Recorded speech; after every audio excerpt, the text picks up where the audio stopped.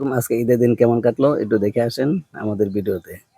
সবার সাথে ঈদ আনন্দ করাটা অনেক আনন্দ। এই জন্য আমার গ্রামের ঈদটা ভালো লাগে। ঢাকা শহরে বন্দি ঘরে বেঁধে মাংস কিনে খাওয়ার সাথে ঈদের দিন গরু জবাই করে মাংস এনে কেটে রান্না করে খাওয়াটা সেই একটা আনন্দ, যেটা ঢাকা শহরে পাওয়া যায় না। তাই আমরা অনেকে মিস করি। তাই আজকে আমাদের কাছে অনেক ভালো লাগে, আপনাদেরও ভালো লাগবে। কারণ প্রত্যেকটি গ্রামের বাড়িতে যদি আপনারা মিলে মিশে গরু এনে সবাই যদি ভাগ করে নেন, তাহলে কিনার চাইতে এটা খাওয়া অনেক ভালো, যেটা আপনি আনন্দ পাবেন, সবকিছু পাইবেন। তো এই জন্য আমাদের গ্রামের ঈদটা অনেক ভালো লাগে। এই যে আমাদের পুকুর, যে পুকুরে গোসল করে বড় হইলাম, সাঁতার শিখলাম। দেখেন আমাদের গাজীপুরের পুকুরের পানি। আসলে এখন আগের মতো কেউ গোসল করে না, কারণ আগে সবাই গোসল করতো। তাই এই টাইমে সবাই কিন্তু পুকুরেই থাকতো। এখন বাড়িতে সবাই মোটর গাড়ছে, এই জন্য কষ্ট করে না। কিন্তু এক সময় এখানে সাঁতার কাটা সবচেয়ে ভালো লাগছে। সারা দিন স্কুলতে আসার পর থেকে শুরু হইতো গোসল করা।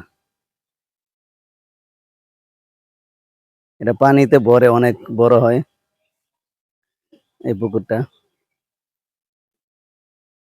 অনেক পানি হয়, এখনো পানি আছে, অনেক সুন্দর। কিন্তু এই পরিবেশের পুকুর কিন্তু খুব কমই পাওয়া যায়। আর এই পাশে কিন্তু আমাদের এই যে গরু জবাই করলো। ঈদ আসলে বাড়িতে এই জন্য ভালো লাগে, সবাই একসাথে মিলেমিশে থাকা যায়,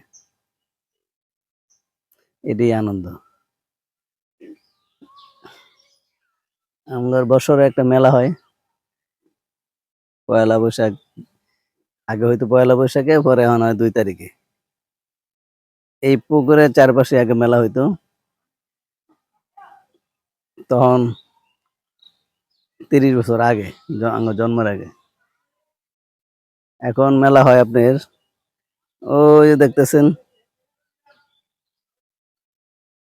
একটা মাঠ আছে জঙ্গলের পরে, ওইখানে এখন বর্তমানে মেলা হয়, অনেক জমে। এই মেলাটার নাম হয়েছে বেলাসী মেলা। এটা নাম ছিল গাতার মেলা। এটা ছিল একটা গাতা,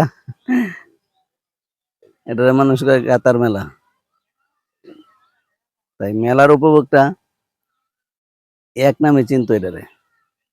এখনো মানুষ আছে হয়, কিন্তু আমরা সময় মতো আসতে পারি না। প্রতি পয়লা বৈশাখ 2 তারিখে হয়। তাই আপনাদেরকে দেখাইলাম, সবকিছু মিলে আসলে অনেক ভালো লাগে। মাংসের কাজ কাটাকাটি কাজ চলছে আসলে। সবাই মিলে কিন্তু মিলেমিশে কাজ করে, কিন্তু এখানে এই কাজগুলো যে একাই করতো তাহলে কিন্তু অনেক কষ্ট হতো। তাই সবাই মিলে কাজ করলে কিন্তু সহজ হয়।